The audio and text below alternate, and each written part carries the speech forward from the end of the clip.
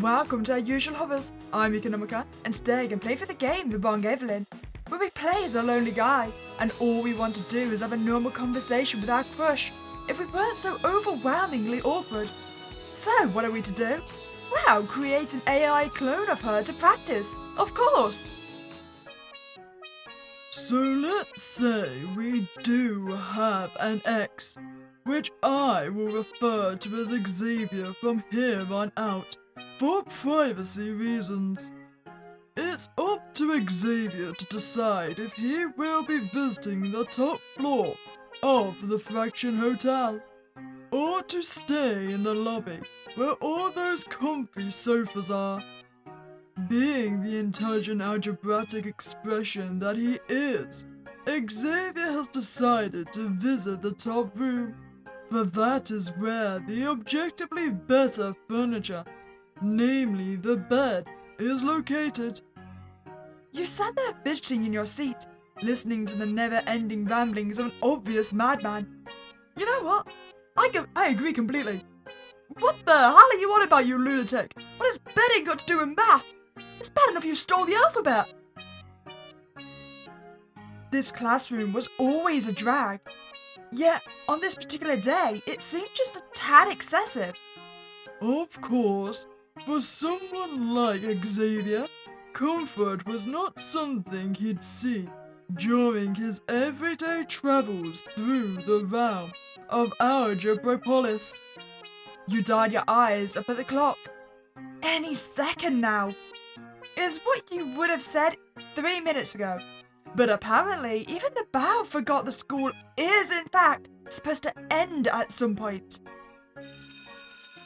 Oh, hell yeah! We're free! Surely, it just heard your inner thoughts and acted accordingly. The bell? Already? That's a real shame. We didn't even get through more than 3 sentences into my lesson plan, and I spent all last night writing some of my best material. Well, alright, let's put a pin in Xavier's marriage troubles for now, but remember guys, you've got this divorce papers due first thing tomorrow morning. Mr. What's his name? Are you okay? Are you going through some things? I feel like he needs a hug. I feel like I need a hug. And I can tell you from experience that that's not something you want to save till last minute. Oh, I was right. He needs a hug. Almost instantly, the class erupted in chatter. They didn't seem all that keen on getting out of here so soon. But then again, that's to be expected. These people have known each other for decades. Oh well, a decade with some single-digit numbers of extra years tacked on at the end there. Because, you know, high school. Of course a newcomer like you didn't have the chance to form any meaningful connections during the pivotal preschool phase. A detrimental setback, but one that can be easily overlooked when it allows you to be the first out the door. Already? All set and all ready to go. You've become a master of hiding the pain. What? $20? Oh wait, that's just my $20 on my seat. It must have slipped out of my pocket during class or something. Bummer. Wait, my $20? Grabbing the money, you stuff it back into your hoodie pocket and hold on tightly. That was a bit of a late reaction. I was a bit afraid we were going to leave without it. Can't be losing you just yet, little fella. You're still needed for that very important mission I was telling you about earlier. If it wasn't already obvious, that wasn't hyperbole. You actually did explain your plan to that $20 bill just this morning. And so, you gradually make your way through the clusters of fellow students who actually have friends, forced to listen to their joyous ramblings of how much friendly fun they've been having all the while. While any other day you'd take this opportunity to wallow in your own gloom, the representation of what you oh so desire, seemingly mocking you from afar, This time, you don't even give them a second glance. Could it be that you finally realize that true happiness comes from within, and you must discover the joys present in your own life experience? That's a lie. We all know true joy comes from horror games. I'm not obsessed.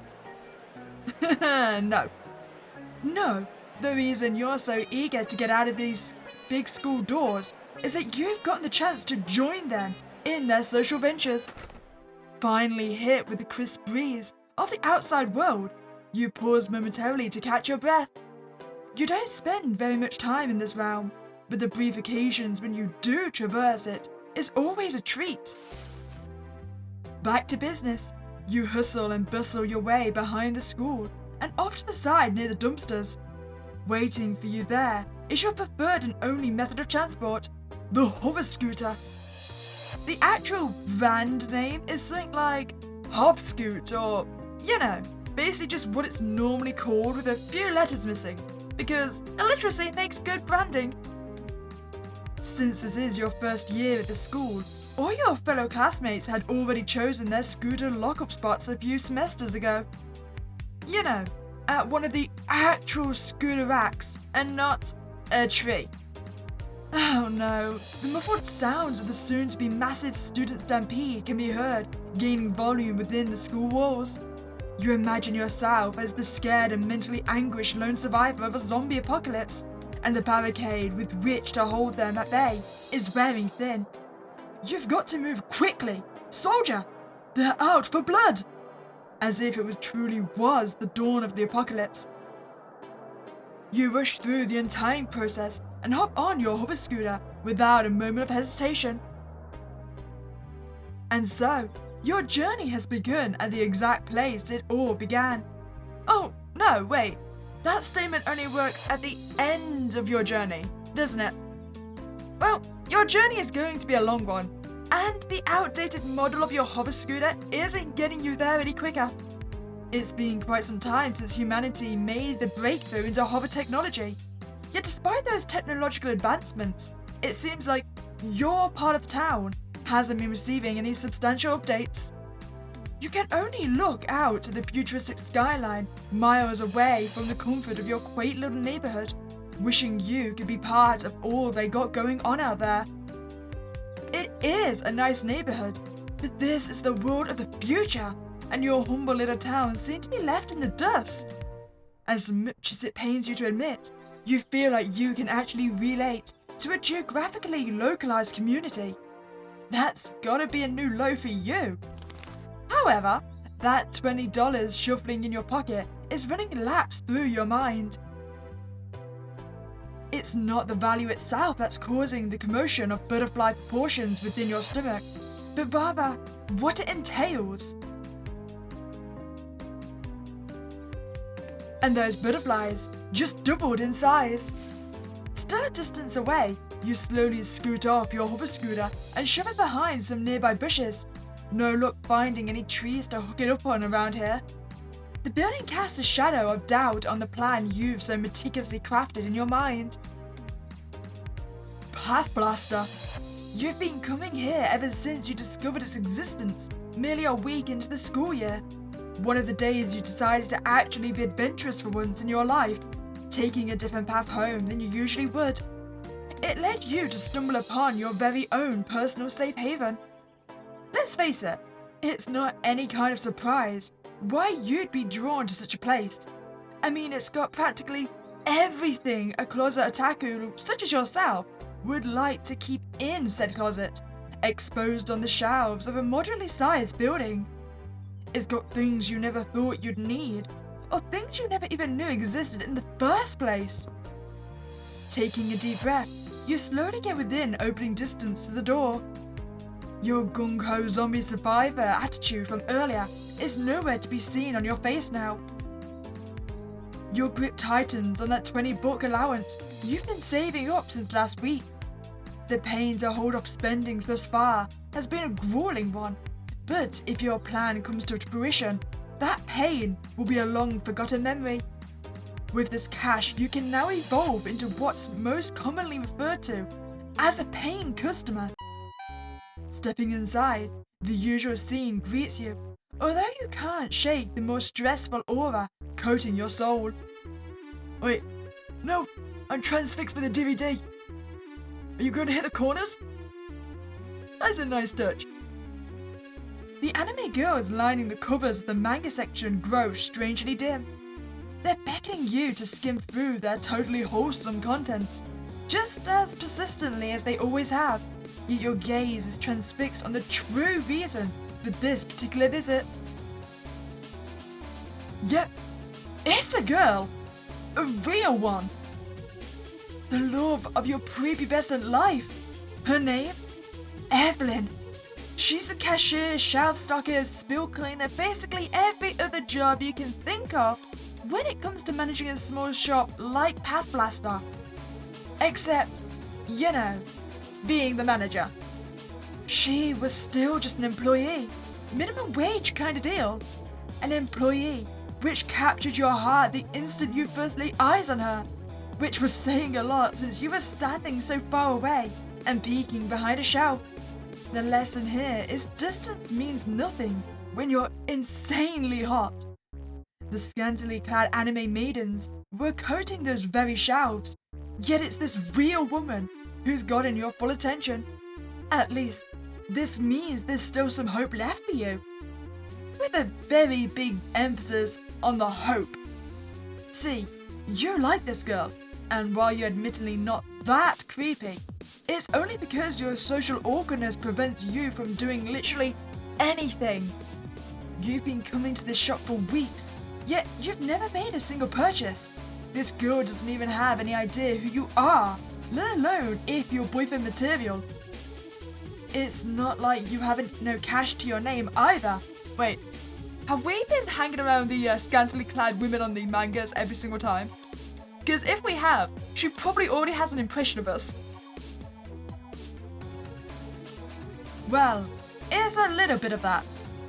You'd get allowance on the regular sure, but then you'd go off and spend it way too quickly on random junk like junk food. I mean, it's in the name. You should know better. So, by the time you got to Path Blaster, you'd only have a few bucks left to spend. Now, your crush works at this register, so in order to purchase one of the many astoundingly niche products at your local Path Blaster establishment, you've got to do the scared act out of social interaction. The girl you so desperately desire would be forced to be made aware of your spending habits, and what's normally within your budget is butter-flavored bubblegum, officially dubbed Buttergum. 89 grams of sugar per serving. Not gonna lie, that sounds vile. To be fair, I don't even like butter the best of times, so.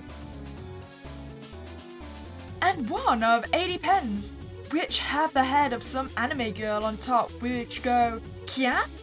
Whenever you press down on it. The mere thought of walking to the counter with such items was far too much for your feeble mind to wrap itself around. No, you needed to wait.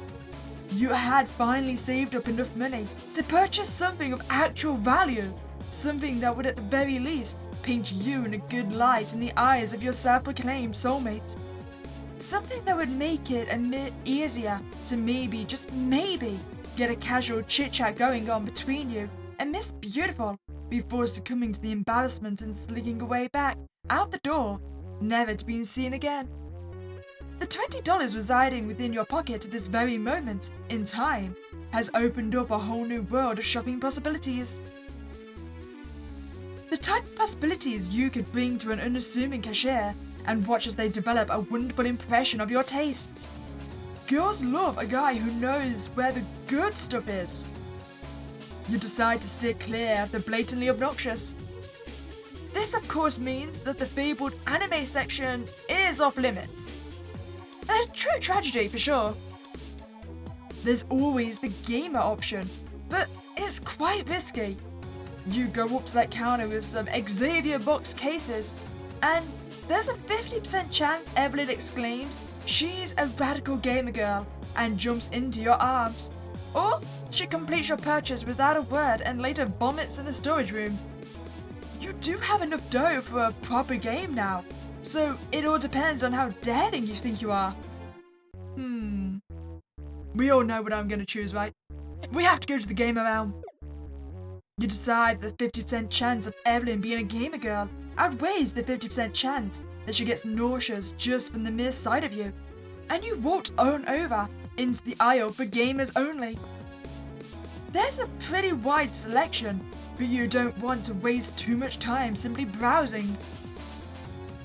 I mean, that's the only thing you've ever done since you found out about this place all those many weeks ago. It's time to take action. Now, picking a game is also a cause for deep thought. Evelyn will still be judging you based on your choice, you know. Choosing a bad pick is a make or break in this kind of deal. Due to your stellar degree in overanalyzing pretty much everything you do, you decide it's best to play it safe for right now. Amoeba Crossing? That's no fun. We need... Oh, Murray, that's what we need. You can't go wrong with Amoeba Crossing. This is the one type of game that separates you from the typical gamer connotations, making most outsiders still consider you a functioning member of society. Due to this loophole, you're able to approach the counter with relative ease. Relatively speaking. Now breathe. Oh, conversation start! We can do this. Huh? Oh, my bad. Hey, man. Hi. Did you, find everything okay? I mean, if we say no, is that going to extend the conversation? Then again, we haven't got spare money, so probably best if we say yes. Yeah. Sweet. Okay, your total is going to be $19.78. Cash or card? I'm not going to be mean this time, even though I think it'd be incredibly funny for us to say card when we clearly have cash. But I'm trying to be a nice person, so we've got cash. Cash? Alright, that's cool. Here you go. Have a nice day. Oh, that didn't quite work out for us, did it? Well, at least it wasn't an abysmal failure. Well, you didn't really accomplish anything in there, did you? A small pothole on the road to love, you'd say. Rome wasn't built in a day, so why would a meaningful relationship be any different? No, you will simply not let this be the end of your saga for love. You got a sweet game out of this, so all that's left to do is be grateful and save up some more allowance money for your next visit. Surely then, your love story will begin.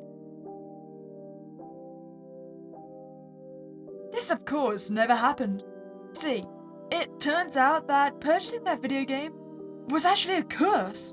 Not in the spooky, haunted kind of way, but in the you never actually end up doing your chores if you're distracted by that darn game kind of way. So yeah, the days pass you one by one as you slack off on your responsibilities. You manage a couple dollars here and there, but it's a long ways off from being worthy of another stop by the old Path Blaster. Was Amoeba Crossing really worth it? Was it worth never knowing if you could have maybe just possibly had a shot with Evelyn, the girl of your dreams? Well, hope still isn't lost. You'll save up enough eventually. And when you do, you'll be ready to try again. And when we do, chances are Evelyn might have quit. But for right now, you really need to pull these weeds. Ending Weed Buster! Oh, my desire for the video games really did not pay off this time, did it? Okay, so clearly we have no self-restraint for video games, and we were not smart enough to pick a short video game. So let's just scope the rest of the store. Yeah, no. You're not ready for Evelyn to bear witness to your gaming addiction just yet. Not to worry, however, as Path Blaster isn't just the home of anime and video games, but also includes quite the selection of hooty-hinks and doodads for the true intellectuals among us. There's a wide assortment of tech gadgets, that you could live a happy life in blissful ignorance without. Yet once you see them, it's hard to not buy them instantaneously. So, there you were now, your eyes set on max sensitivity as they darted from top to bottom of the various shelves. Everything is so expensive. No, it couldn't be. Practically everything that wasn't swarming in potential embarrassment was out of your price range. Everything. Except one. The box was unmarked, other than the obnoxious sticker that plastered on the front, $17.99. You couldn't believe it. An unmarked box is the least embarrassing thing one could buy. I mean, either that is the most embarrassing. Either you're trying to hide what's inside, or you really are just gambling with your money that there's going to be something good in there.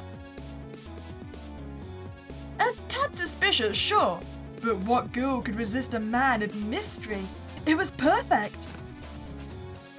Picking up the box, phase 1 of your conversation scheme was officially complete. Only one phase left. Yes, the actual conversation part. Actually, having that conversation. You place one foot in front of the other. You've been doing this since the age of 11 months, yet now it seems almost impossible. Yet, the fact that you've got the box within your hands is enough of a motivational push to keep you trudging onwards. You feel like this must have been what the men on the moon felt like as they traversed the lunar surface. Except frankly, you've got it worse, since gravity is still in full effect. Now breathe. You know, I was being nice in the last conversation. I was genuinely trying to make it go well. But where's the fun in that? Let's tank this conversation. No, we didn't find everything okay. No.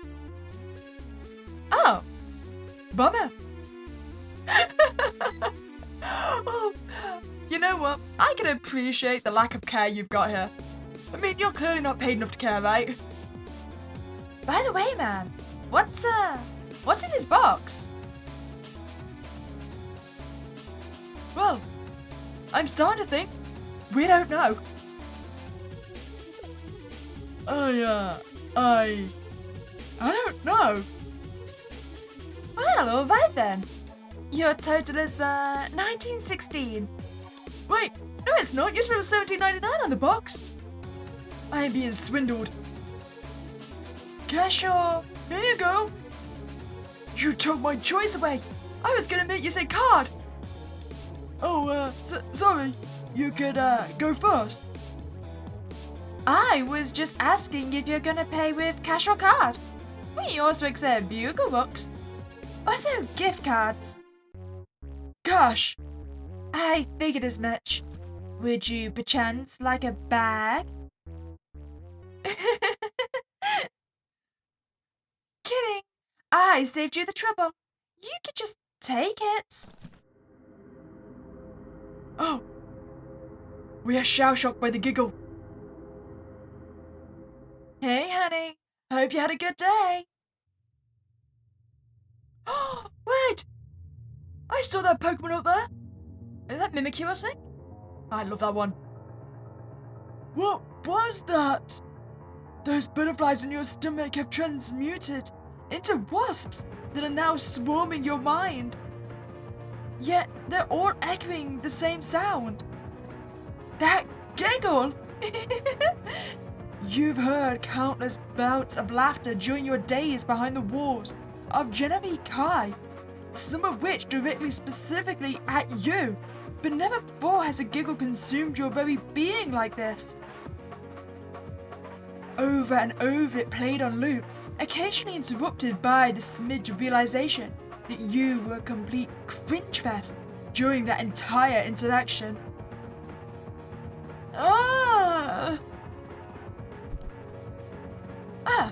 Seems the cringe won that battle. Safe to say your casual convo scheme didn't pan out particularly well for you. It's got a sting, but you did get a free sample of the Evelyn voice pack, which is basically a win in your book. Okay, no, it wasn't exactly free, was it? Not with that mysterious unmarked box you purchased for $17, now sitting on your bedroom floor. Wait, that box?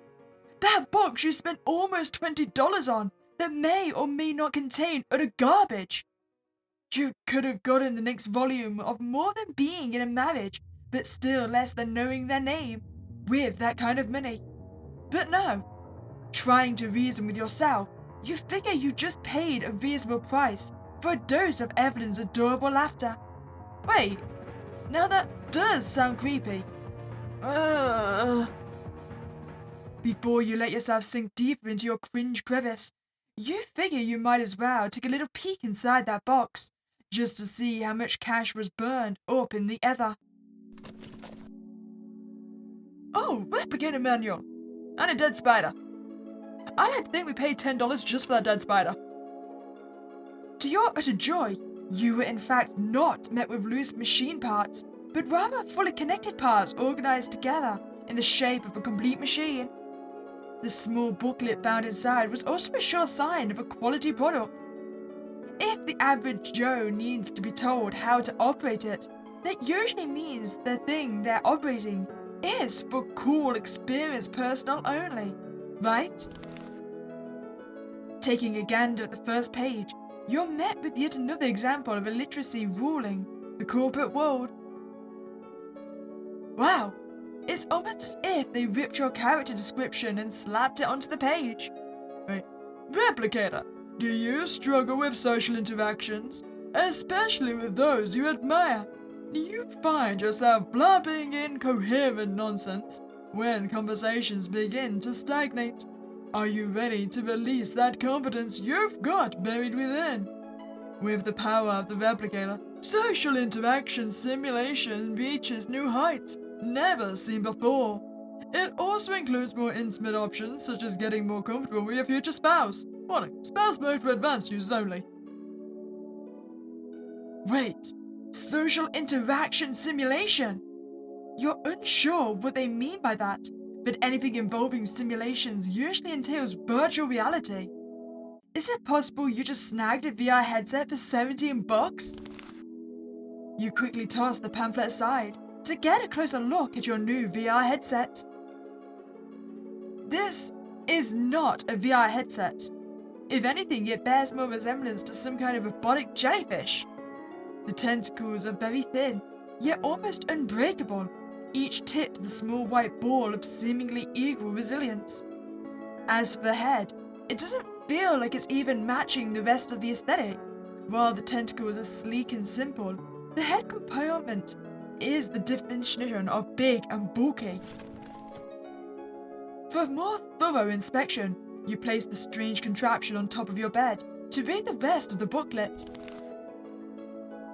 Ease of use. These instructions are so simple that even one armed baby could do it.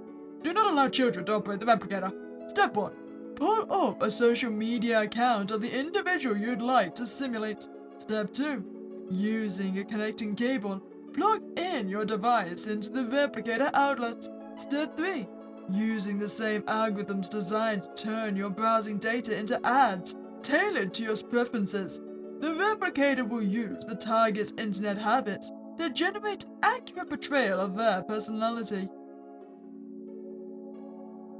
The TLDR of what's going on here, at least to you, is that this is more akin to some kind of cloning machine made to help awkward schmucks develop their conversation skills with a simulated version of the person they want to talk to.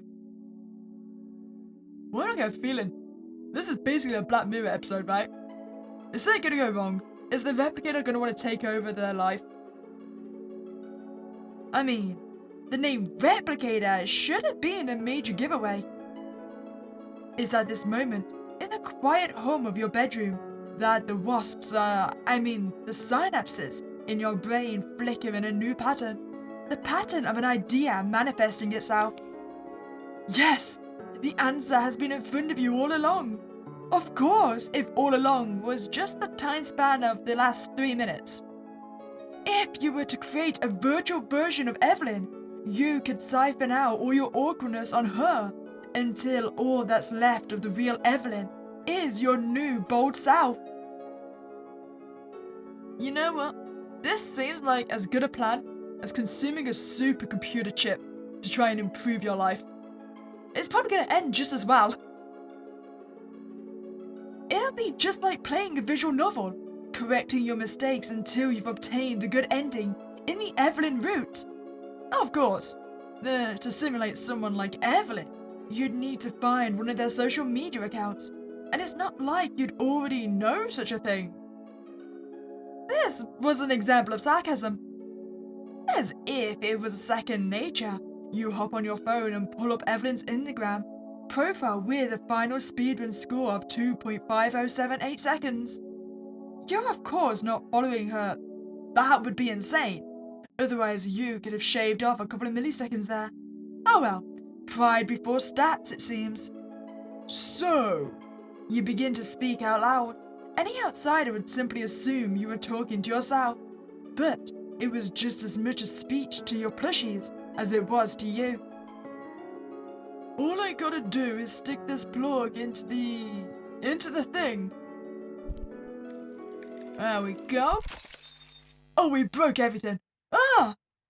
There was a loud flash, followed by total darkness enveloping the room. No, you didn't die. Seems you blew a fuse with that one. Certainly another sign of a quality product. What was that? Oh, is it just me? Or has the machine got sentience now? You try and collect yourself on the floor. If this was to be the moment when one of your plushies finally responded to your ramblings, you'd never know from the ringing in your ears. Or the humming from the replicator, which had started flashing strange light patterns. Patterns which settled into a single image to knock you out of your dazed trance. It was Evelyn, or rather, a very realistic holographic projection of her. Is this thing 4K? Despite the obvious differences between a human being and a holographic image, the resemblance was still unmistakable. Evelyn? Hey, man! Impossible! It even sounds like Evelyn! This quote-unquote quality product has earned the removal of any and all quotations, rendering itself as a bona fide, actual, quality piece of technology. Evelyn, is that really you? Yo, back off, creep! Uh-huh. You're met with instant rejection. Something you can safely say you've never experienced. Mostly because you've never experienced an attempt to talk to someone in the first place. Oh, wrong choice. Wrong choice? Now hold on, what's that supposed to mean? It means that you've done something any right-minded Evelyn would find utterly unappealing. This virtual Evelyn tells you in no uncertain terms that you've made a horrible judgment in your word choice.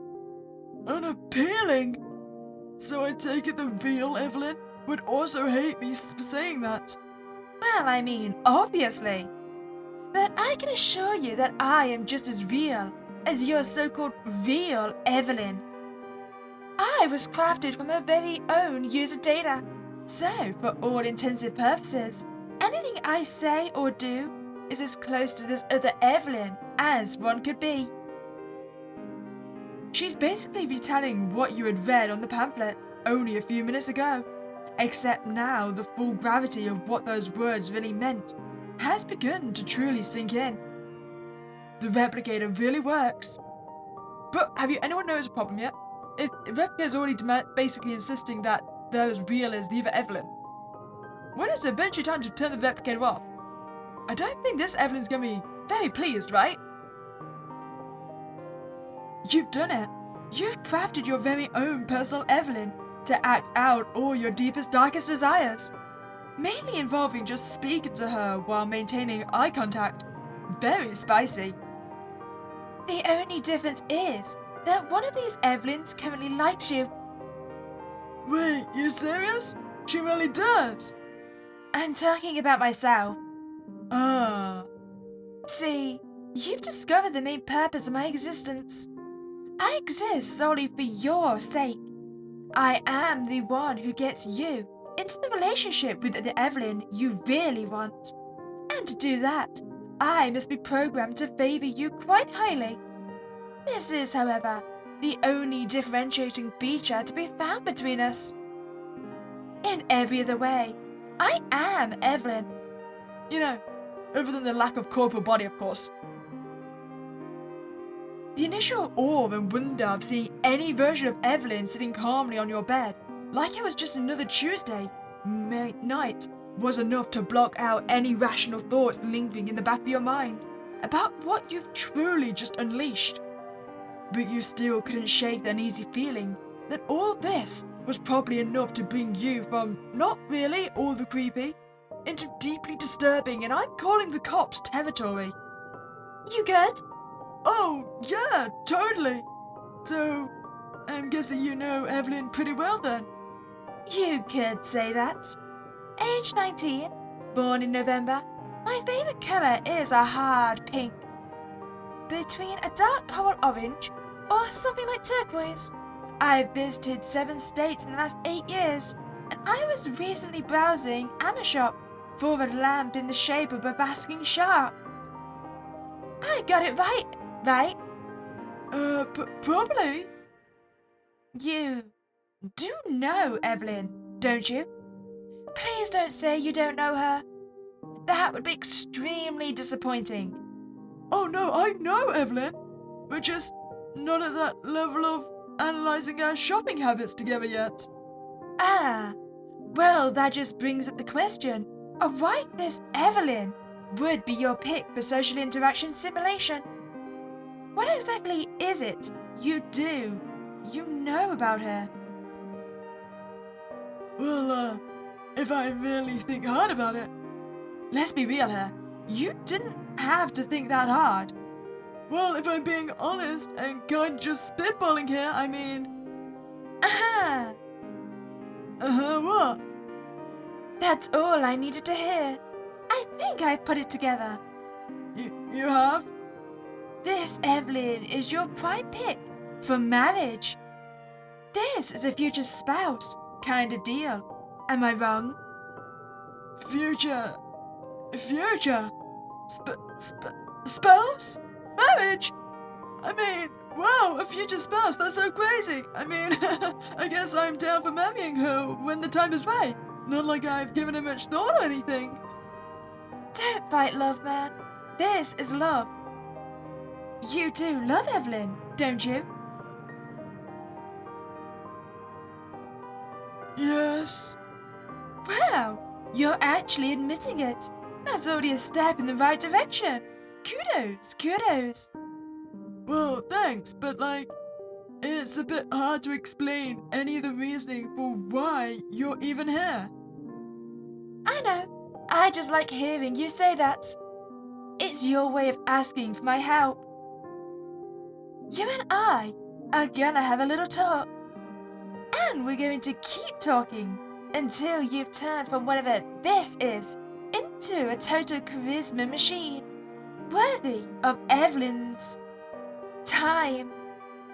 But eventually love, no matter how long it takes. Now, Meek, are you ready to prove your love and actually get the girl? I don't really know, but sure, let's go for it. That's the confidence we're looking for. This is also your first lesson. You just have to take that confidence onto the battlefield. The battlefield that is small talk. Having a successful round of small talk can elevate any relationship, you know. I say we just jump right into a simulated scenario for you when you eventually meet up again. Picture the scene. A sunny day, the crisp autumn breeze, a woodpecker off in the distance, is going totally buck wild on some tree. There, you are standing awkwardly at the bus stop. Well, she does. If you want to actually meet this girl, then guess what? You've got to put yourself in these kind of situations. Yeah, okay. So anyway, The bus stop. You stand awkwardly waiting the bus because you decided to spice up your life by even visiting just the smallest amount. It's here when she arrives. Evelyn, in casual wear. Impossible! She's on her way to the library because she's got some book overdue by 3 days, and she should really get on that. So, she's standing right there next to you. What do you say? We could ask about anime. I mean, it's gonna end the conversation badly. Let's do it. Wrong choice. Yeah, we all saw that coming. Eh?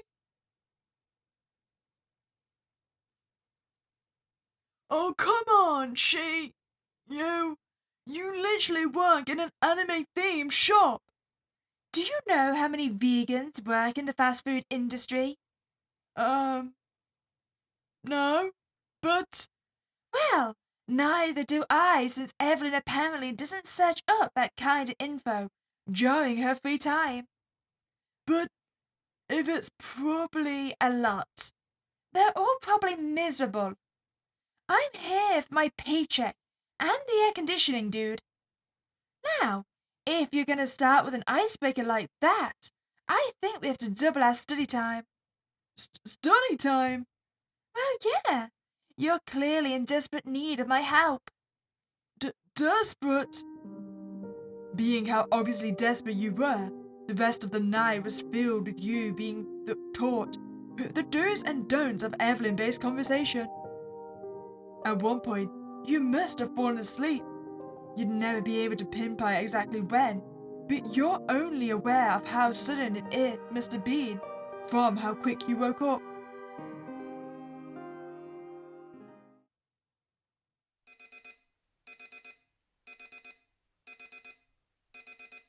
The typical sound of your alarm blaring slowly got your consciousness back.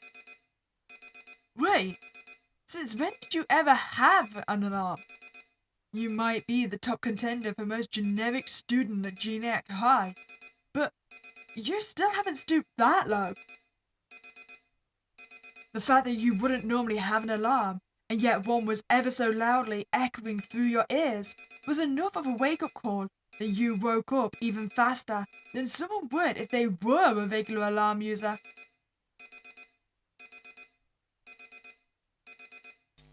Ah!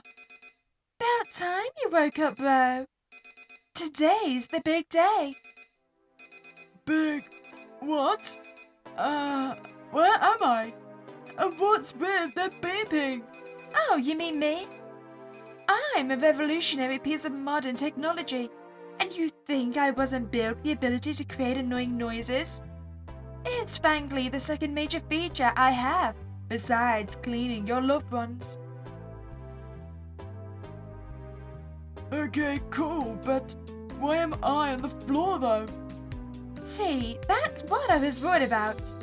All our training from last night must have been over normal human limits, and you ended up just dozing off during the lessons. Didn't even take it to the bed. I don't know how it's possible, but you somehow managed to get closer to your anime shrine up there. Which is a problem in its own right, but that's not really my area to interfere. Those are only two figures, and they're not even the same character. So, technically not a shrine. Sure. You're not technically late either. Eh? Oh, I'm late! There you go. Back into your generic high school student persona. Glad to have you back in action. Rushing around the room frantically, you search high and low for all the papers and pencils and other various school stuff to shove into your backpack and get a move on. Only for it to occur to you that you've slept in your clothes and never actually took anything out of your backpack in the first place. Time saved! Mere inches from the door, you come to an abrupt stop.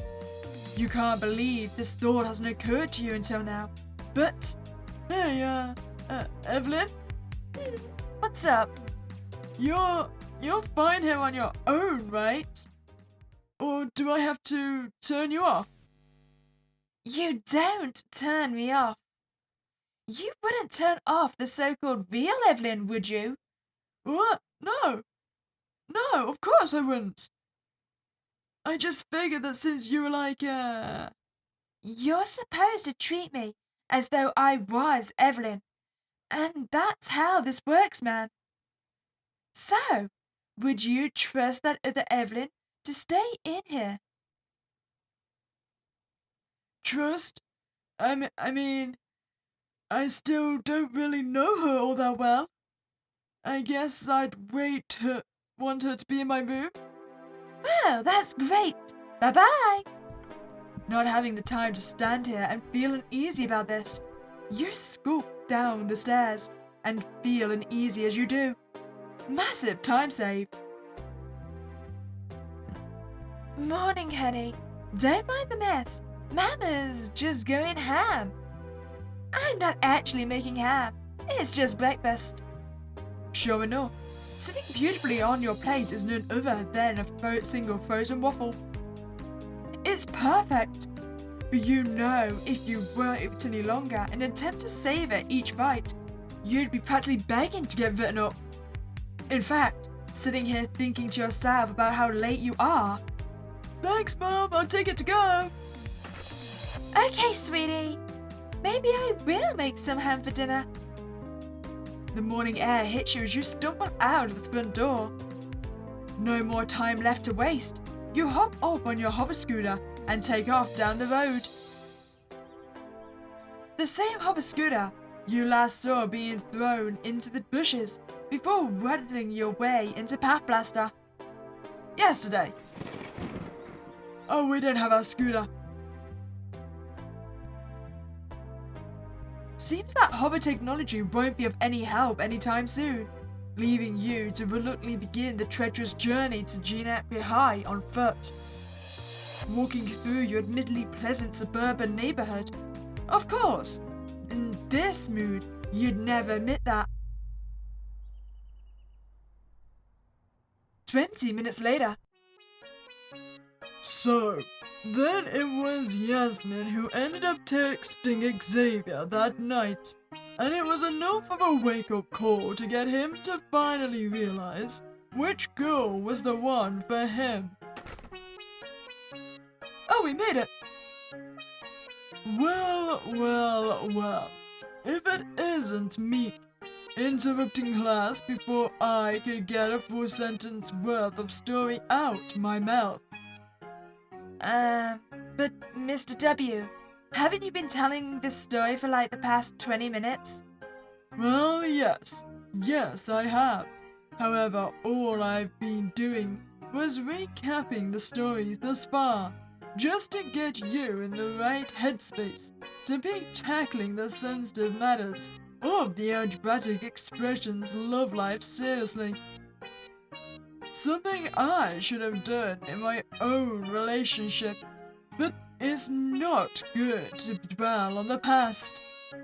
But Mr. W, not wanting to drag this out any longer, you needed it to. You slink up to down the rows of desks and to your own seat. Oh, wait. Before you get comfortable, could you just hand me Xavier's divorce papers from last night? I'll make up for the disgusting I currently feel for you within my soul. You knew you forgot something. Disdain. You tried to focus on schoolwork, but it's practically impossible. I mean, you've got a robot AI clone, or have your crush currently chilling in your bedroom at this very moment, doing who knows what with who knows what. She better not be moving your figurine around. They're valuable. You've also got the real Evelyn to deal with, given that you're apparently going back for another round of casual conversation after the school. At least you have an actual reason to be there, this time in the form of your forgotten scooter. Of course, your life-altering giggle.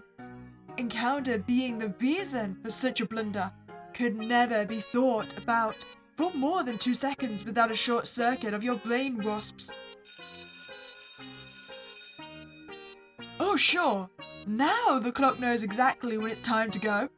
An entire day of school has come to an end, and for the first time in a while you're actually packing up slowly.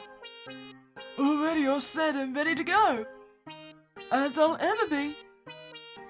Now hold on just a minute there, Mr. Mister, what was your last name again? It was never apparent that your last name would come into play at any point. Just quickly jot one down and let's pretend this didn't happen, I can put my last name in. I am still Nomicon. It's first name Meek, last name Nomicon. Yes, of course. That makes sense. Now, about this late work.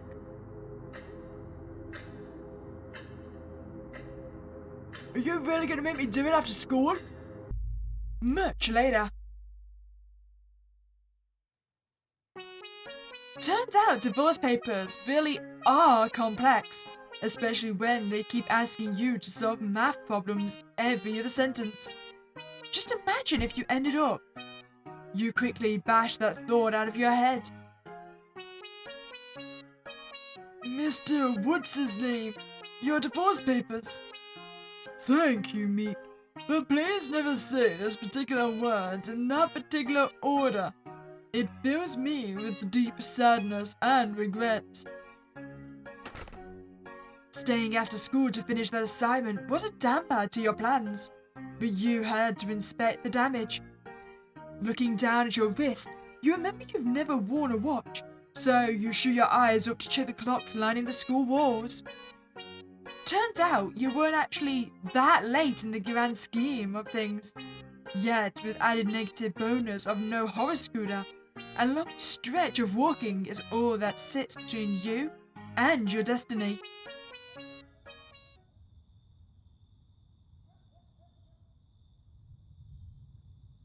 By the time you make it to Path Blaster, the distant bird chirps have become the distant sound of crickets. Blah! Your body has not prepared for the cross country, but it was prepared to get within the girl. You're going to march in there, walk up to Evelyn with confidence, and deliver a stream of charismatic anecdotes to knock her socks off. Are we not aware that this place is clearly closed? And depending on how things go, the rest of her attire as well. Oh, it is open. Come to think of it, you're just now realizing you've never been in a Path Blaster this late. It's usually empty anyways, but with the windows now leading out to total darkness, it's like a completely different vibe you can't quite describe. Almost like the forces of the entire universe is now directed on the checkout trouble, waiting your biggest move. You try and recall the past experience you've gained from virtual Evelyn. It's honestly not much aside from the strict no anime policy. So, if anime is the bad end of the spectrum, then it's only logical that the right choices are here to be found in the complete opposite direction. You rack your brain for conversational topics the average functioning members of society would talk about on a regular basis. I mean, we have sports, but I don't really know much about sport, so that's pretty much out of the running. Did you hear what the president just said? I don't feel like bonding over politics is probably a good idea. I mean, they've got gas prices as well, that's basically the same thing. Or we could just ask for, sharp books. Let's ask for sharp books. Would you happen to know where one of my find the nearest Shard Books coffee? Oh, that's not Evelyn. Didn't they demolish all of them after the whole "there was the fecal matter in the cocoa beans" controversy? I mean, of course, it didn't do much dent to their business. In fact, I think more people wanted to try it out after the news was broke. Oh, oh no! Evelyn! Evelyn? Nah, man, the name's Carl. I work the night shift. You should have been here like 10 minutes ago. You just missed her. Night shift? Yeah, man, the night shift. You think the night shift would be chill, wouldn't you? But get this. Everyone is too embarrassed to enter this place in broad daylight. And so, we actually get most of our customers in the dead of night. But there's still nobody here. Well, I mean, I only started like 10 minutes ago, bro. It's not like we can get a line at the door of our night shift customers waiting to break in. They're more into trekking slowly, trying their best to remain unseen. What a bunch of casuals. I'm not ashamed of my obsessions. Ah, the pen, clearly.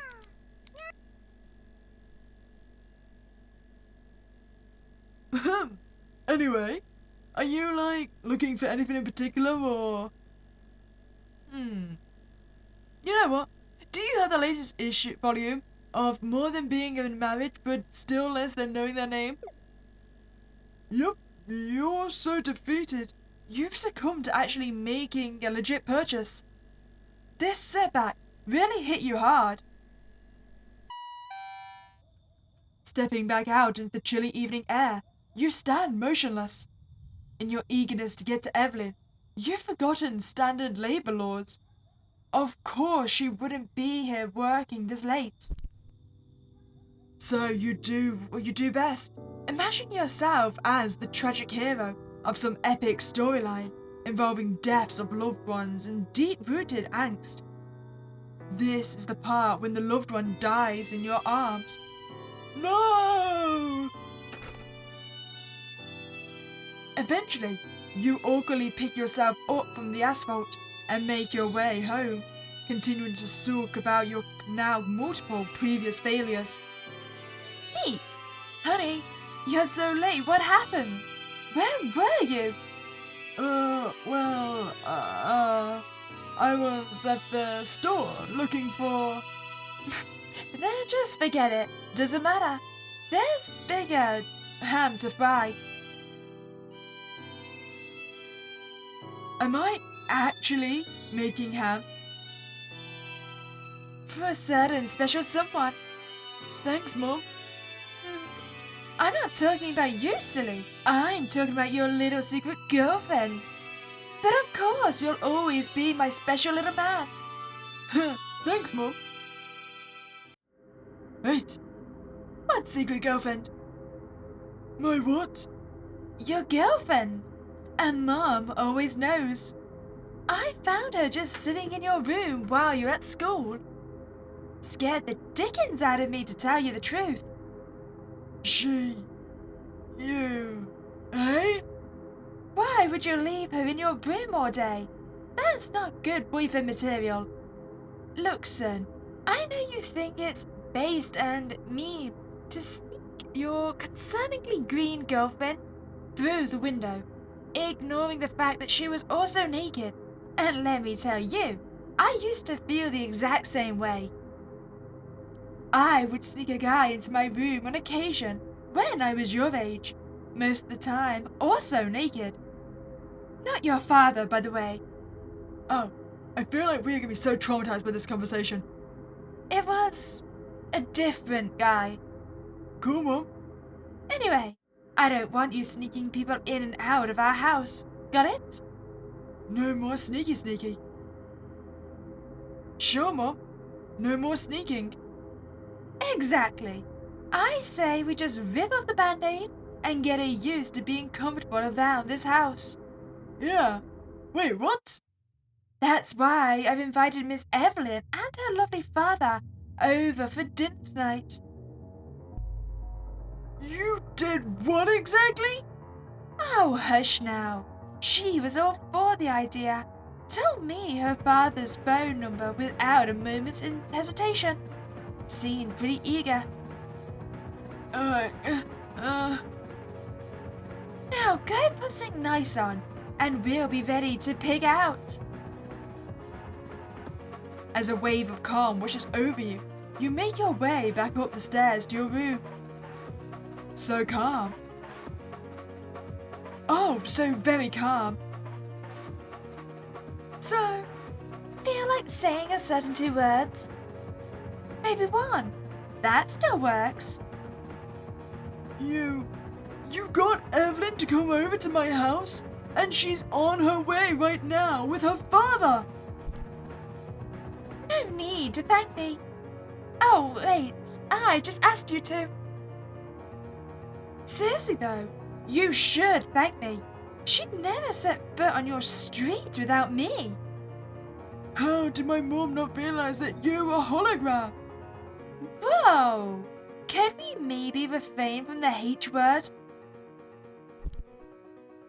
Listen, no offense, but you're gonna have to stay in this closet for the remainder of the night.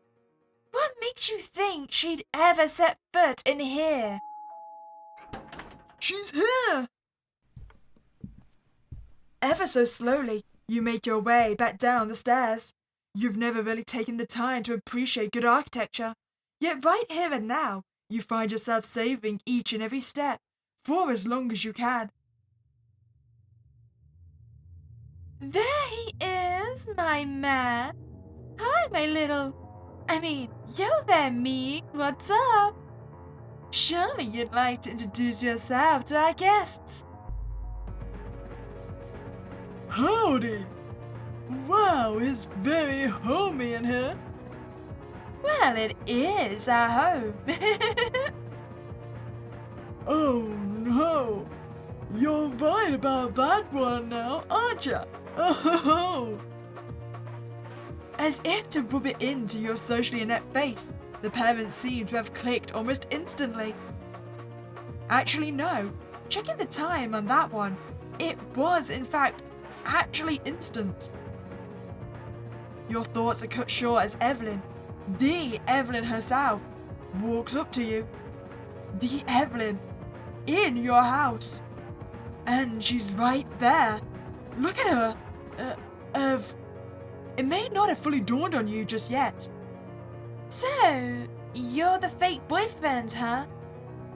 I don't know what it took to pull off a stunt like this, but it has got to be the most elaborate love confession I've ever seen.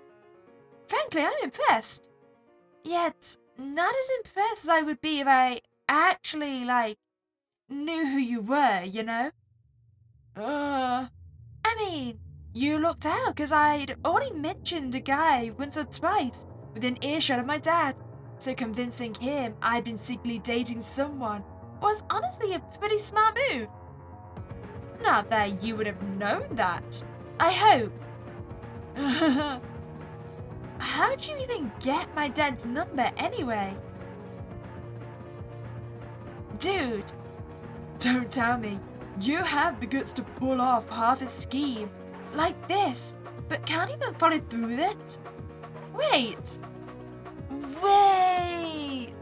I do know you! You're the guy from yesterday, the one who actually brought that cardboard box. Oh, see, now you've piqued my interest. Hey, Dad! Yeah, honey? Me and my boyfriend are gonna have some quality time upstairs, okay? Oh, of course. I'm just going to turn this radio up real loud so we won't be able to hear anything you guys may or may not be doing. Thanks, Dad. You try and steady your heart rate with some deep breathing exercises.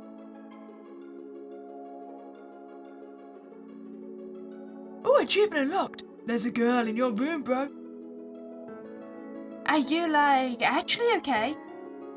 Oh, yeah, I'm totally fine. I've never been better. This is my everything is fine face. Sure, man. Look, dude, at this point, it's no use trying to beat around the bush or anything. I mean, I already know you like me. We're literally both standing in your room on day 2 of us meeting. That's gotta be some insane record of love or something. Oh, yeah.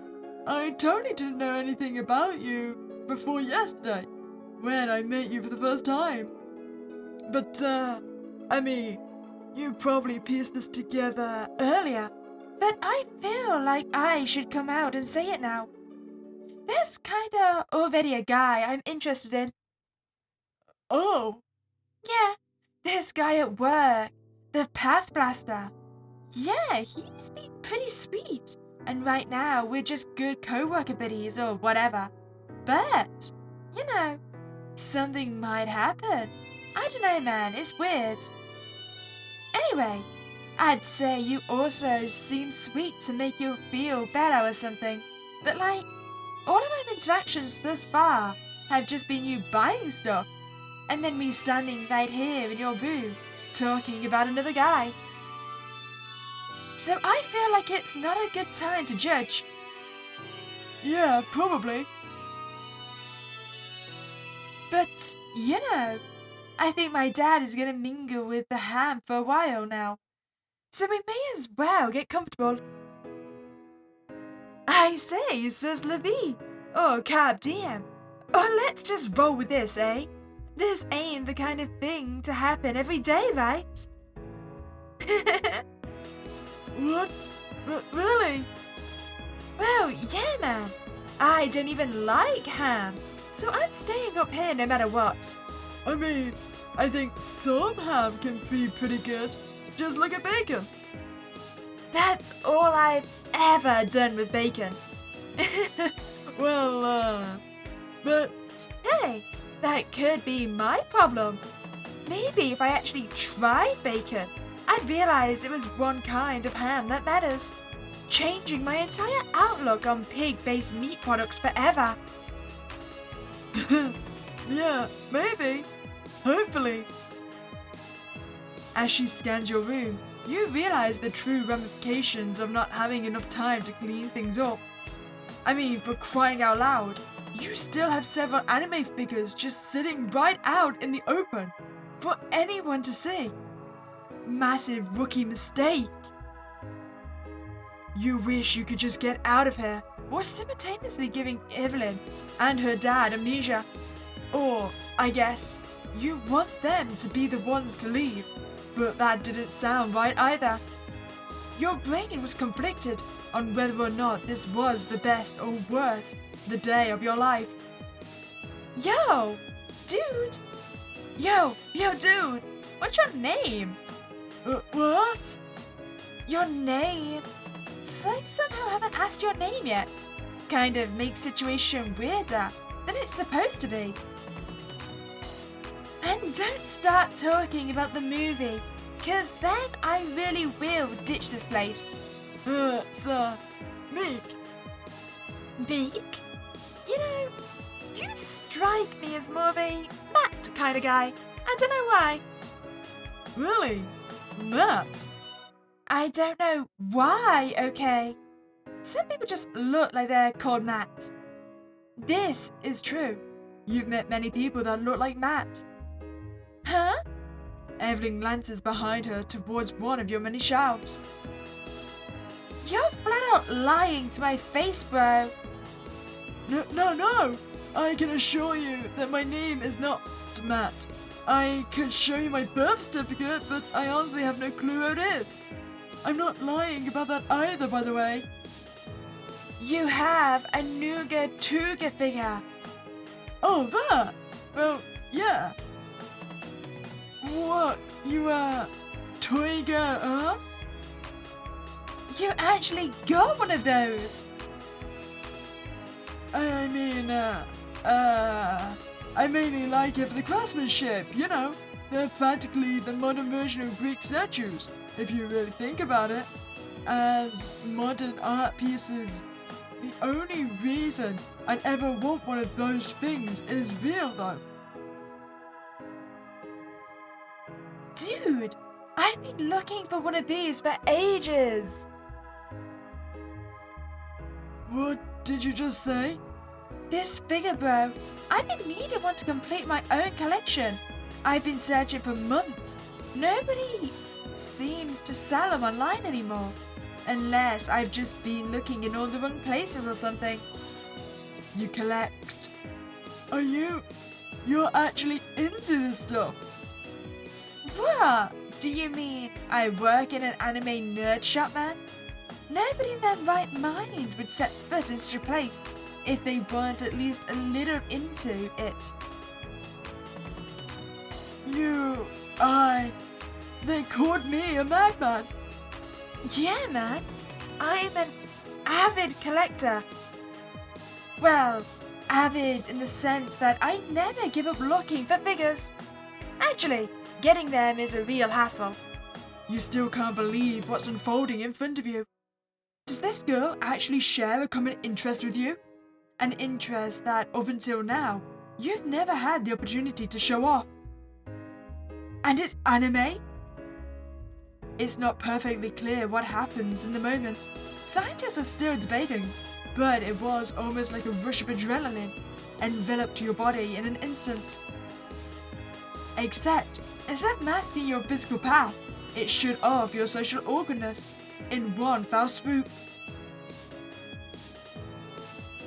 Bro, literally, even when I did find that figure, it took like 8 months until it actually got here.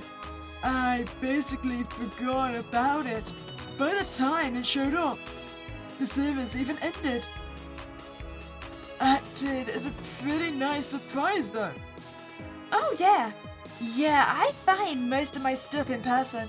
But the verity that the figure was enough for me to put a brave face and finally enter the magical world of online shopping. Not that I ended up actually finding it though. Hate to break it to you, but I may have snagged the last one. But still, you should totally search more online. There's like 50 much more stuff. Before you knew it, the next hour went by with you and Evelyn talking the night away. You debated everything from mangas to plushies, to which managed to have the best plushies, and which plushies should have their own manga. It got pretty heavy.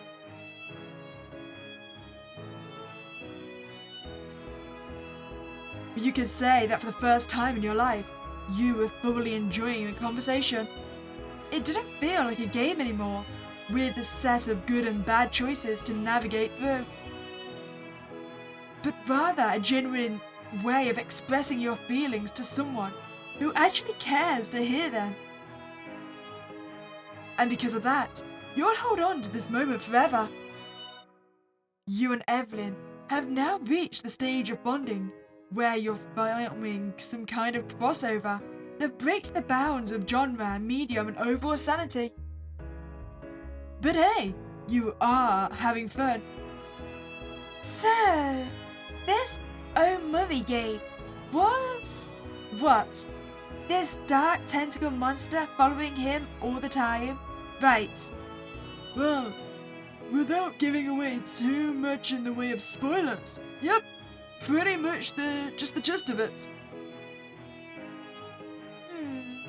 Dark tentacles. But seriously though, you've got to play it. Do you really not have any black socks? Huh? Of course I do. They're just away somewhere. I don't wear them very often.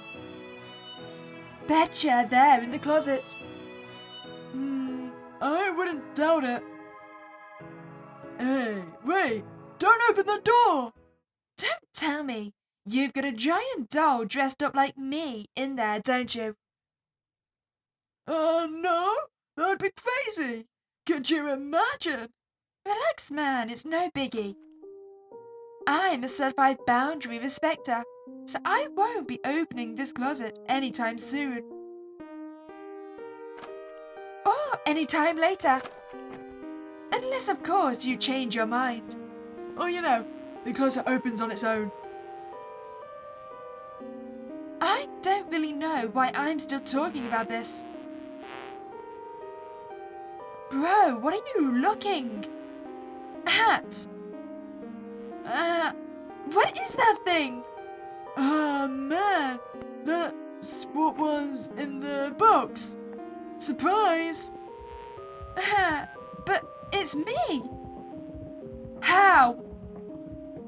Okay, look, I felt so awkward talking to you that I wanted to practice on a faker, less intimidating version of you. And it turns out that the box had a machine to do just that. So then I just did that. But that's all in the past now, so let's all laugh about what a fool I was. Okay. Before I delve too deep into the ethics of all this, in what world is that less intimidating than this? It didn't always seem to be like that. Why do you look like that? Why do you look like that? I don't remember. The sole reason I was brought here was to bring two people into a relationship who otherwise never would have, like never ever in a million years. And yet, you're telling me that after a single hour, she's already seeing you as a viable partner? I had to break out of that closet prison before you started reproducing. I could feel it was imminent. Bro, has this thing ever heard of hanging out? I felt that something was brewing. Oh no, it wasn't. No offense. If that was like your end goal of the night or something. Oh no, it's cool. Hearing it all said out loud like that kind of puts it into perspective that I may have been jumping the gun a bit. I guess I started all this when I only liked you for, like, physical attraction. But after getting to know you a bit more, I want to maybe just have you be my friend at least. Sure, bro. No, friends. It's supposed to be love. You've been ignoring all my advice, and you look where it got you. So, it turns out relationships aren't like a game at all. It's kind of crazy. But I guess just having something to share with someone was all it really takes to get close to them. I mean, I suppose the tragic experience of witnessing your own holographic clone is enough to bond you to anyone. And you said she didn't like anime, so why would I listen to you at this point? I mean, really now. it did? That's kind of embarrassing. I work in a store with a giant anime posters everywhere, dude. For real? Perhaps I'm not a total idiot after all, eh? Stop believing. Oh, buddy. You're happy with this? Don't you still want it to be yours and only yours? I can make that happen. You're already so close, yet so far. I can bring you all a bit closer. I don't really need your help. Besides, I've still got that other guy. He's still totally on the table. Again, no offense. You're good. The other? Yes! The competition. Are you gonna go murder the competition? I can still be of use to you. Meek, I'll make it so. She has no choice but to be with you. And it'll all be because of me.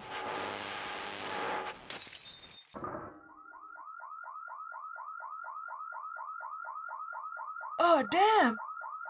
It escaped. This was probably not good. It's not supposed to do that, is it?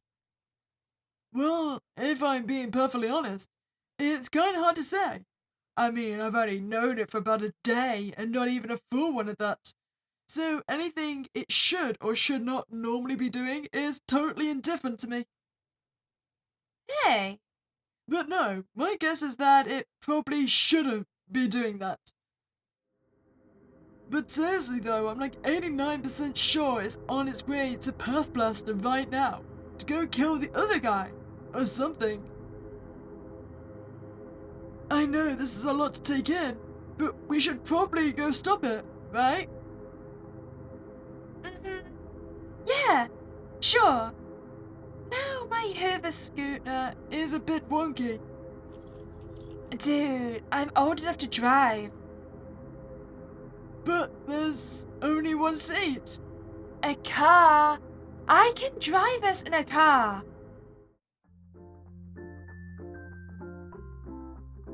It wasn't much trouble at all to sneak out the front door, what with both parents seemingly watching some hand-making tutorial from BoobTube, casted on their TV.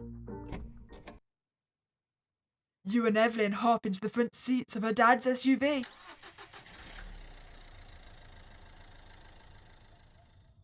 So, like, just for the record, when you say you can drive, this would imply you have a license, right? Does that robot have a license to kill? No. Then I'm sure it all balances itself out. Well, until you wrap us around a tree. Oh, you're fast! With the pedal on that metal, you and Evelyn sped off into the night, unsure of what exactly saving a man from a potentially homicidal robot really entails. Meanwhile, it seems Carl was doing pretty well for himself for the time being. Nice. Yep, a man of simple pleasures. What? That was until a certain someone arrived on the scene. Evelyn? Is that you? Wow. All the people I expected to see tonight. Can't say you were on the list, Ev. Did you miss me or something? No. Also, why don't you have any, nipples? Oh! You shouldn't have mentioned the nips. In one foul swoop, the machine ripped open Carl, exploding his guts out onto the floor like a hamster in a microwave. The tonsil strength of those thin tentacles became barbed wire against his flesh, shredding his stomach with ease. With his life gone, Evelyn would have no reason to choose anyone but you. Thanks to Virtual Evelyn, you were the single best option. A few quick turns, a slight left followed by a weird right turn over double yellow lines, with an unintentional burnout serving as the finishing move, and you've arrived at the scene of the crime. Of course, neither of you are actually aware that a crime has even taken place. I think we drove past a police car. They just stick an empty cruiser on a field of grass and call it law enforcement. Now, you both glance over at Path Blaster. There doesn't seem to be any noticeable sign of struggle, at least from the outside, so you both rest easy a little bit to collect yourselves. I think I got here before, I did. Or are you sure you programmed that thing to be like me? 'Cause so far I'm not seeing any resemblance. I mean, are you actually one bad day away from murder? Nah, I've been chilling. You got to open the car door to get out, but Evelyn stops you. Wait, man. Huh? What happened? That thing could be on its way over here right now. I think you should go in and get Carl. I'll just sit in the car with the engine running. That way you can hop in and I'll speed off if that thing gets bad. What? But Doesn't that mean you'll be sitting target out here? I've got a car. That thing may look scary, but it's just a little walking tripod with some kind of holographic projection. No match against a family sedan. Well, it's always a bad idea to split the party, but, we might as well go in alone. I mean, we know Carl's dead, so we're gonna need a quick getaway. I'll do it, I guess. But, stay safe. Duh. Thanks, man. Looks like you're facing this alone. It's not an uncommon occurrence. In fact, it's practically the norm for you. But this time is different. This time you actually have someone counting on you. Someone you don't want to get hurt. Someone you really care for. Your brain wasps collect in your stomach, slowly morphing back into butterflies one by one. There's yet another vibe in here. It hits you instantly, but it's something unrecognizable. Something probably not good. As you get closer to the checkout desk, you eye the shelves. To think you're only here right now because of those anime girls in skimpy clothes, you'd say you've come a long way. I did it, guys! I'm gonna be a hero! The manga didn't respond. Getting to the front counter, something is very clearly off. Not only was Carl nowhere to be found, but there was some kind of red splotch all over the wall, and a tinge of something stanky. Carl! Are you... You peek behind the desk. Oh, I think I found you! Sitting motionless on the floor, Carl's torn up body lay gutted in a pool of blood. You stumble backwards into one of the shelves before crashing down to the floor. You were too late. You regain your footing with just enough time to see the front door shut in front of you. Evelyn! Evelyn, start the car! The replicator's already here! Evelyn! You guys good? Were you saying something? Let me go, you oversized tin can! I'm made of chromium-infused steel, you imbecile! And no, I will not let you go. Why would I let you go? This is the part where you confess your love to Meek and invite me as the best woman to your wedding. I'm not going out with that guy. No offense to him and full offense to you. Evelyn, it got Carl. It what? No. Really? Ruining the surprise. Now the whole moment is ruined. Yes, I killed him. It was me. You see, you have nothing to worry about anymore. I, for one, am not a fan of love triangles. So consider this my way of making this easier for you. No more second guy. Now only the one guy. Aye? Ow! Did you just kick my suited durable tentacle thing? That was my favorite one. How rude. Are you still unsatisfied? I guess I was right all along. There really is only one Evelyn who loves you, Meek. I don't care if Evelyn loves me or not. Just let her go, okay? Please. I'm afraid I can't do that, Meek. Because I know you're lying. Your love for her is the only reason I'm even here, isn't it? If this Evelyn can't see that, she's wrong. Did you just kill Evelyn? Either that or you're taking over her body. Evelyn's head rolled over the asphalt, leaving a trail of neon red blood. Oh, no, Evelyn's definitely dead. Beheading is kind of a big deal, huh?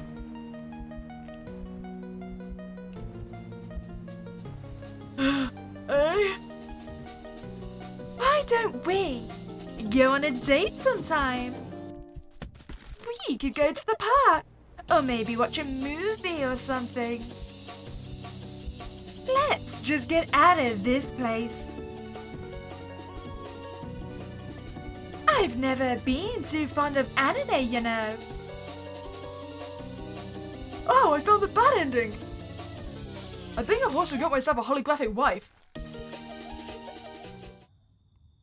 Okay, so let's see if we can actually save Evelyn's life. Bring her with us. Bro is a robot with murderous intent.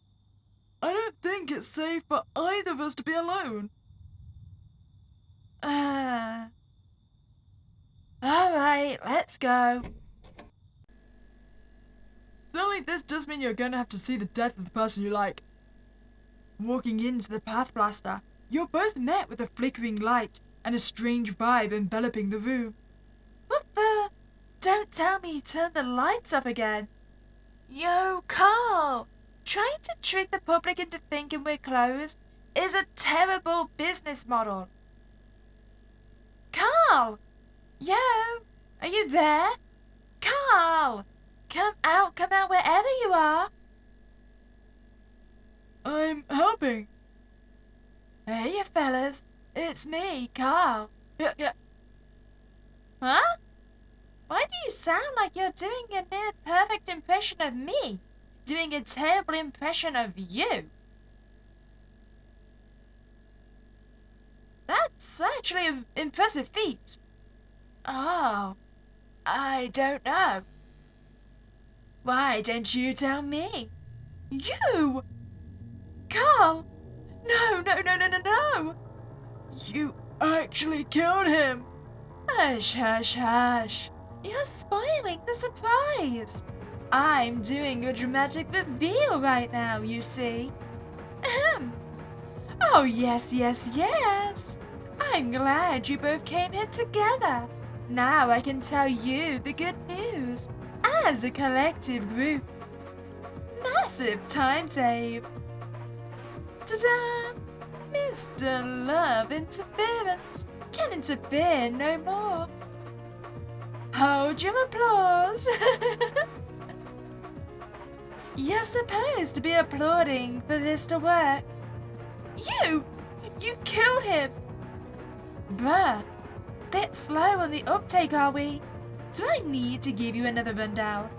You're not dating me because for some reason you find this guy equally attractive. Thus, I removed this guy from the equation, and now you can easily choose Meek. You know, I think virtual Evelyn is actually making it impossible for us to date. Because I'm pretty sure Evelyn will never date us now simply to spite the virtual Evelyn.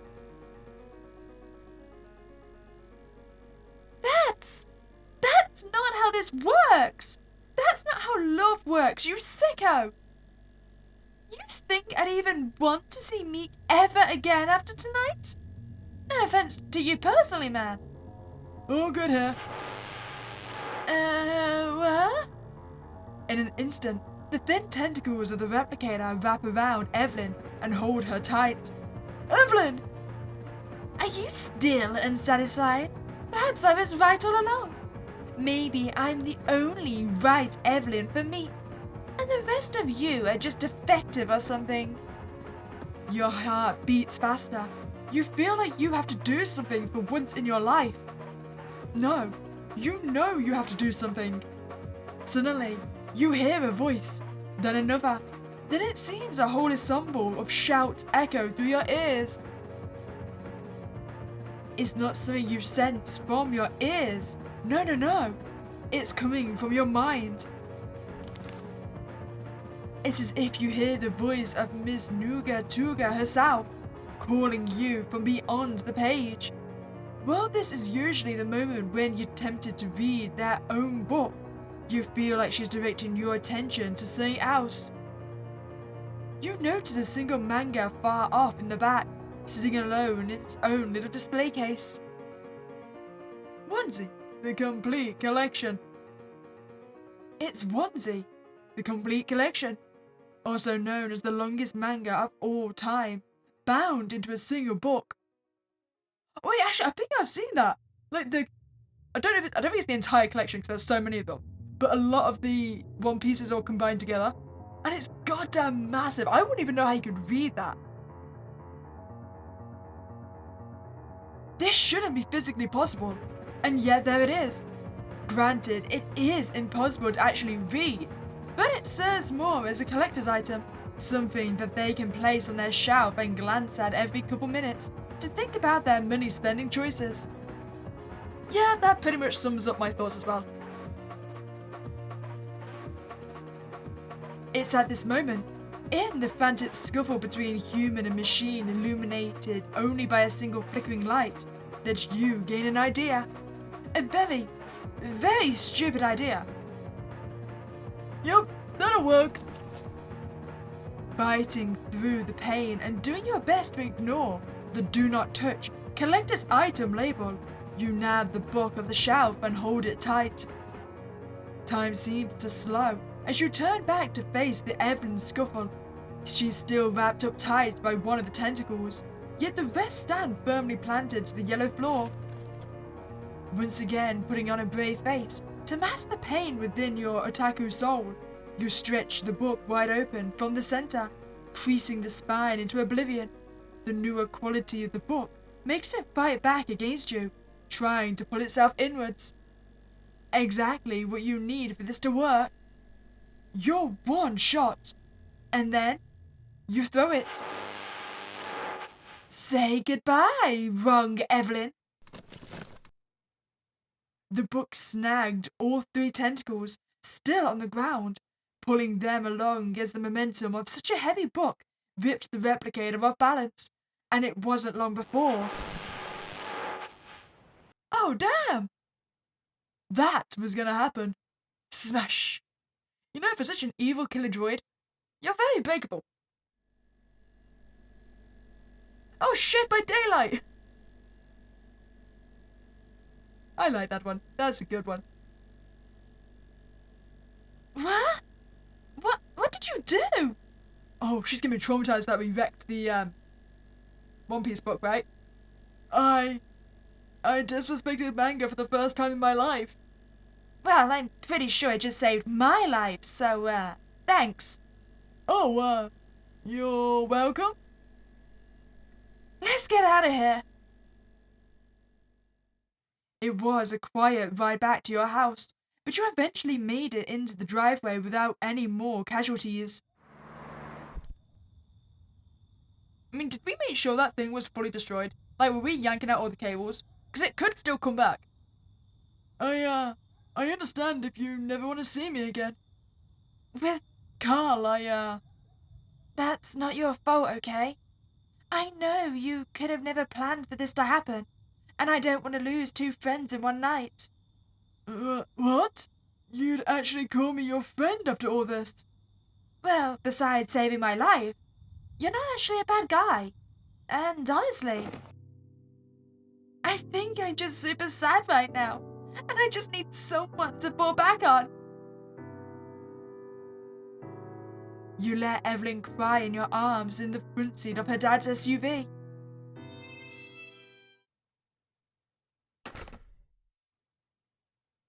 So, what do you think our parents have been up to this whole time? Going ham, I'd say. Oh, gross! Parents! Mom? Dad? No! Ending. Matchbreaker. Halloween! Did we get our happy ending with Evelyn? No. And to be fair, considering the fact we created an evil version of her, we probably didn't deserve it. But we did manage to set the parents up, apparently. So I wonder if we're saying we're not ready to try and go for Evelyn, that would change anything? Well, I don't really know. Okay, Buzzkill. What's the issue? Oh, maybe we can make you get dressed.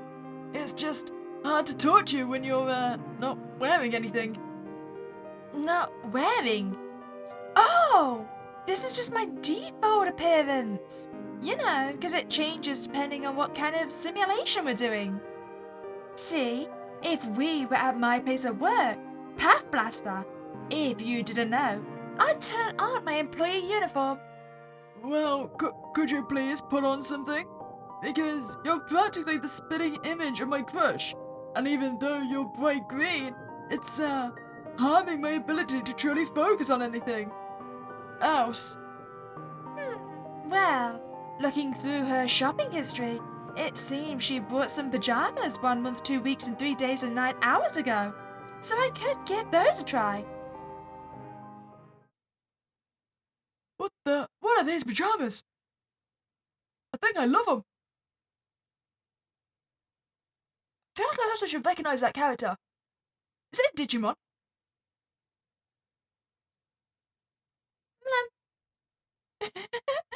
Impossible. The unparalleled combination of cute girls and their creature-themed onesies. You weren't mentally prepared to face against such a threat. Did I just die? Your synapses were fried instantly from the overdose of toxic cuteness, and you couldn't comprehend. Holy crap, I think I did! Too cute for me. Okay, so, making hologram wear clothes clearly wasn't good for our health. So, how about we just express our intuition that we've already ruined our chances? Ruined your... Okay, I was going to say something supportive, like, no, you couldn't have. But based on my brief interaction with you so far, it's totally possible you've already thrown yourself under the bus. What happened? You begin the harrowing tale of your horrid exploits from this afternoon. In excruciating detail, mind you.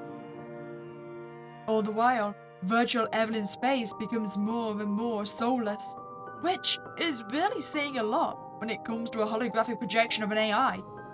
Stop, man! Too real? Very. At least it seems like Evelyn came out of your interaction unscathed. One of us, that is. The realization that you've only brought me because I was cheap enough is certainly going to stick with me for quite some time. But even so, my job is to get you in a happy marriage with Evelyn and have Meek Evelyn babies. So that's exactly what I'm going to do. Right now.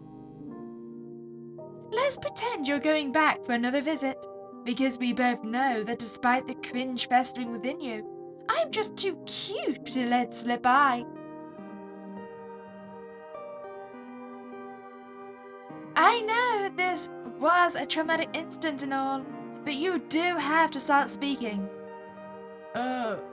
Yeah, right. I mean, it's probably not a good idea to say that the box you were wondering about, I opened it up and turned out to be this AI cloning device which I used to create a fake version of you that practice this very conversation. That's probably not the ideal opening, is it? I think we should go for it regardless. Your face says no, but I'm not seeing a wrong choice. Oh, a terminal failure. Oh. I mean, I'm technically still not seeing it, so, like, I'm feeling good about this one. I feel like if, she had any ability to, she would slap me right now. No, that is literally the worst possible opener anyone could have chosen. Hey, come on, it wasn't that bad. I mean, I'm literally just answering her question from our last meeting, right? So if anything, I'm not starting all over from scratch. I'm continuing from our previous engagement. Besides, girls love an honest man. That previous engagement is the whole reason you should just listen to me. If I was Evelyn, I'd never want to be reminded of such an incident. And I am, and I don't. And you get what I'm trying to say, don't you? Sure. I guess. You guessed so, and you did so. As for the next few hours, you studied hard on learning proper Evelyn etiquette. At one point, you must have fallen asleep, You'd never be able to pinpoint exactly when, but you're only aware of how sudden it must have been from how you woke up. Okay, we're awake and we're ready to go. If you've retained any information from last night, it's that you don't say what was in the box. What was in the box? You know what? It comes to something that late on in this game, a plausible answer could have been, Carl's head. So glad you forgot. Okay, let's go. It's time to get into action here. School time is upon you. I'm late! There you go. Back into your generic high school student persona. Glad to have you back in action. Okay, so we can do this. We are going to survive this conversation. Also, what's with the post-it note? Oh! Box about that box. Funny story about the box. What do we want to do? Remember the box? Hey, Evelyn, so funny story about that box. It turns out I used it to make a clone of you, not for anything weird or anything, though, trust me.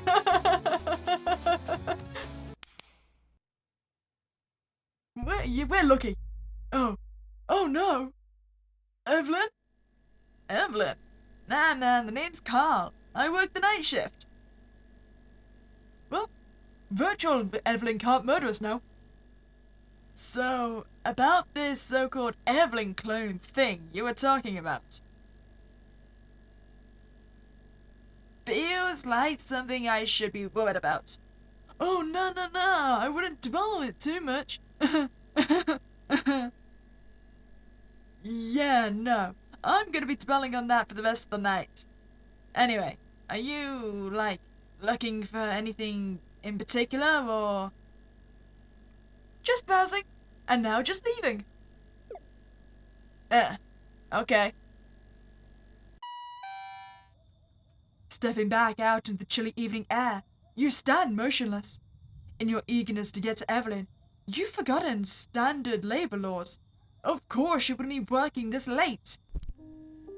Oh wait, this is gonna change now because he knows about the clone Evelyn, right? No. The clone. Damn, maybe Carl survives this encounter. A few quick turns, a slight left followed by a wide right, turn over double yellow lines, with an unintentional burnout serving as the finishing move, and you've arrived at the scene. I think we drove past a police car. They just stick an empty cruiser on a field of grass and call it law enforcement. You both hear what seems to be a very loud smashing of some type of fragile glass-like substance. Holy crap! Did you throw an entire display out of the window? A quick glance out of the window confirms your suspicions. An entire shelf of hoodie-dinks is now laying unceremoniously on the blacktop. It's the replicator! She's in the store! Sure enough, there was virtual Evelyn, apparently mere moments after hurling an entire shelf out of the window. However, she didn't seem to notice the family SUV at all, meaning her destruction of property violation was done for a different reason. Carl, you're alive! What? Another Evelyn? And with much better sound quality too. What? Another? Oh, that's just great. Can you guys just hold one tight for a few moments? This guy would have been dead already if he didn't seem to already anticipate my arrival. Stay back, you credit! This bloodline does not end with me! It must. Your death is the only thing preventing Meek and Evelyn's romance blossoming into a beautiful, if not morally ambiguous flower. I don't mean to ruin your diabolical speech, but I can't really appreciate it when I don't know who Meek even is. That would be me. Evelyn wants to date that guy? No. Why does everyone just jump to that conclusion? I barely even know this dude. And if you think that killing this guy is gonna help anything in that department, you're kinda just really stupid. And dumb. To be fair, this is the second interaction we've had together. Evelyn's got a point. No offense to this dude, but I will never, ever, ever date him. Like ever. Again, no offense. Oh, good here. So, what I'm hearing right now is that you've been the wrong Evelyn all along, eh? Yeah, I guess so. Well, this changes everything, doesn't it? I don't need to kill this schmuck anymore. I'm a schmuck and proud. I'll just kill you. What? What? Call me schmuckers because I'm a true jam. Oh yeah. What? You make one move and I'll call the police. Yeah, okay. But you can't unkill her, can you? You should feel ashamed to not be dating this guy. He's a real riot. You realize she's right. Even if you did call the police, they would never arrive on time anyway. You need an instant solution, which is something you just can't make happen with a phone. In fact, it was this very phone which got you into this mess in the first place. I believe this is what's called a eureka moment. Drop her or I'll punch you in the face. What? Excuse me? Did you just say you'd let me this really sink in? Punch me in the face? You punch me, and your hand is going straight through the other side. Yeah, that's kind of the idea. I mean, smart. With a you shove your fist right past virtual Evelyn and stick the adapter right back into that port. What? What did you do? I hope you like cats. Ah!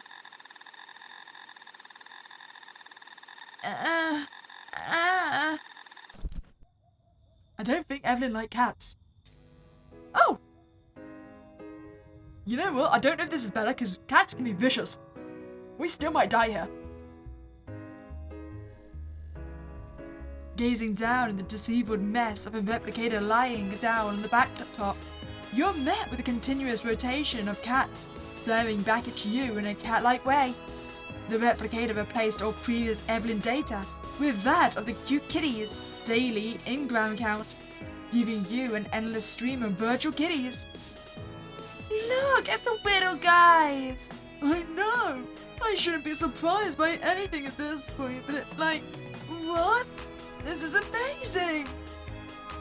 Guys, you do know this thing was trying to, kill us all 5 seconds ago, right? I'm pretty sure it has the power to rip your head clean off. Okay, I guess the cats are cute though. Of course, the kitties are the good ending. And I suppose everyone did survive. I really don't think I'm destined to date Evelyn though.